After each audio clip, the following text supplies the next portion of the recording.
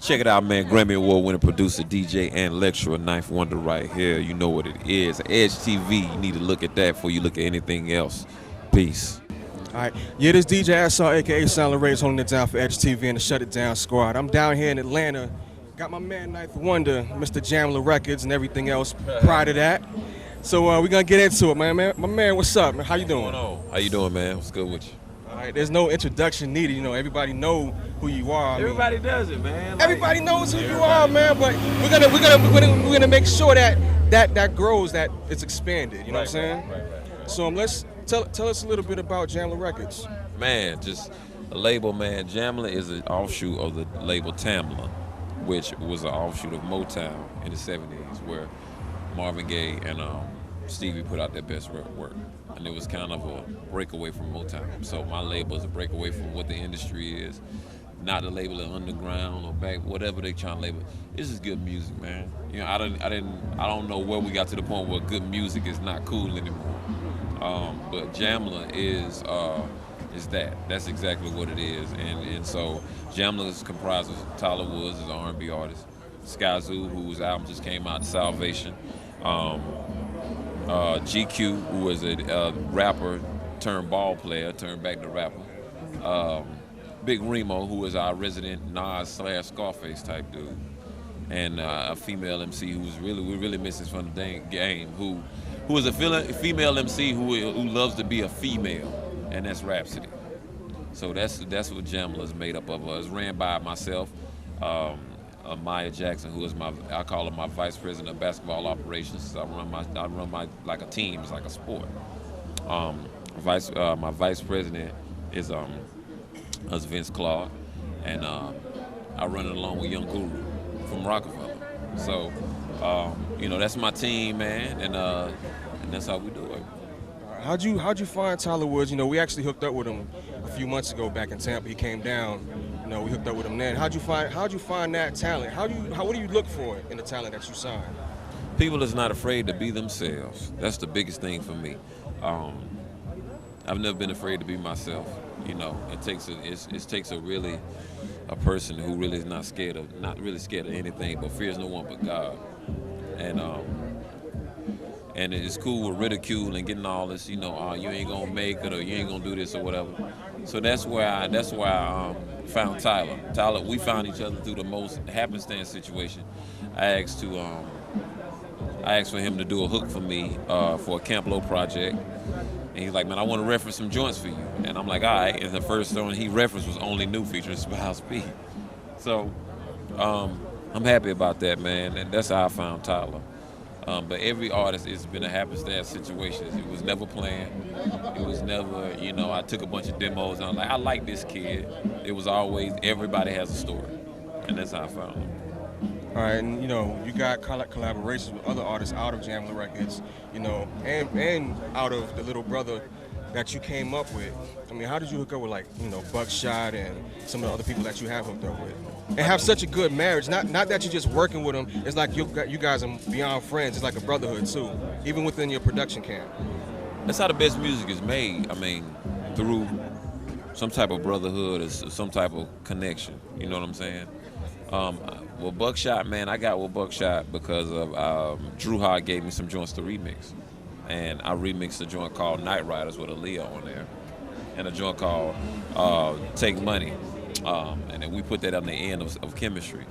And so he was like, man, I just got to send Duck down boot camp to North Carolina. He sent him down. And I was like, he can't send him down out. And Drew Hogg was like, man, that go Buckshot, man. Ask him, will he do a record with me? He was like, man, of course. So we did an album together called Chemistry. And we did Chemistry in 5 days. And, it's just something that's God sent, man. I've always been a fan of Buckshot since.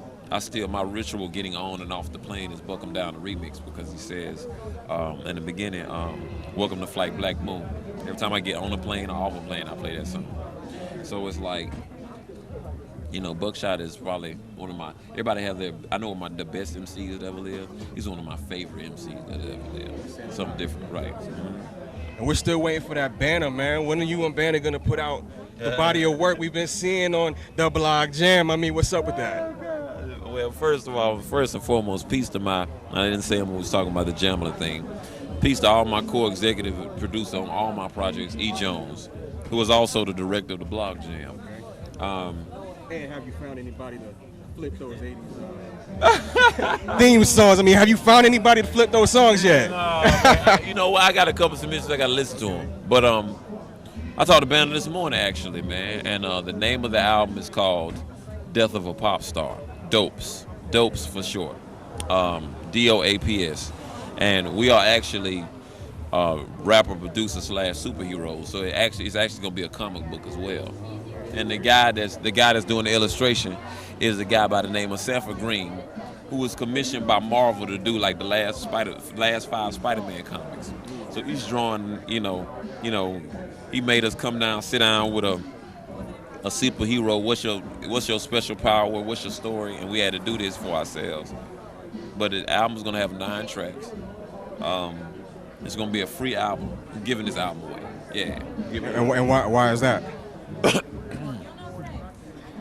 So many reasons, man. There's so many people making so much money off this music. That I don't hate on nobody making music and making money, but we have to realize what we're making, what we're putting out there to other people.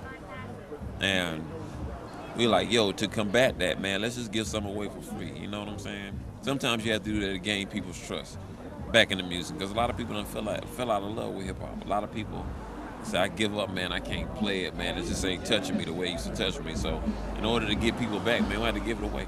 So we're giving this album away, man. That's what we're doing.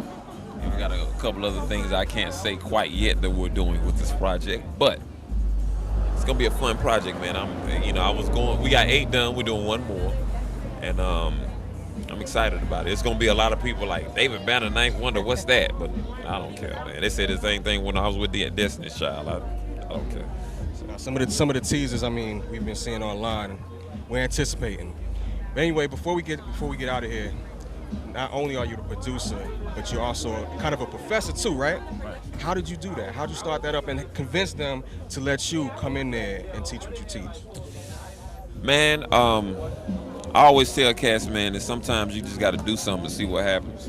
I had a lot of mutual friends in the area that were high school teachers. And they would say, man, come by and holler at my students for me. I'm like, all right, we went to school together, so I'm like, I go by there. Somebody caught wind of it and was like, you know what, come by North Carolina Central, man, let's talk about you doing this program. So I did 2 workshops before that, 2 sampling workshops, and I got an incredible turnout for it. And so myself and this guy by the name of Dr. Kawaji Clemens, who is now down at FAMU, and the chancellor of Central at the time was Chancellor Emmons, who is now the president of FAMU. So let's develop a course, and we're gonna pull a play in, and let's see what happens. And we did the first class, and turnout was incredible, man.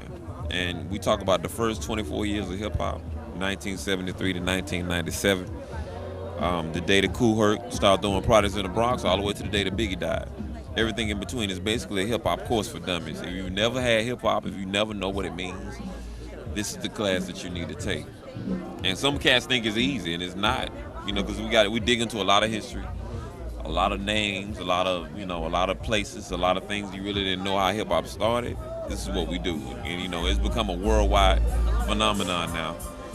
And that's the class, man. That was the class. And we taught 3 years at Central, so Central decided to cut the program because of budgets, but I'll be at Duke next semester. So that's pretty serious. All right.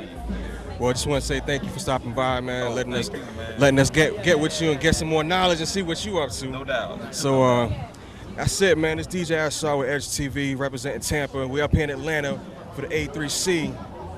ShutItDownBlog.com. Don't forget it.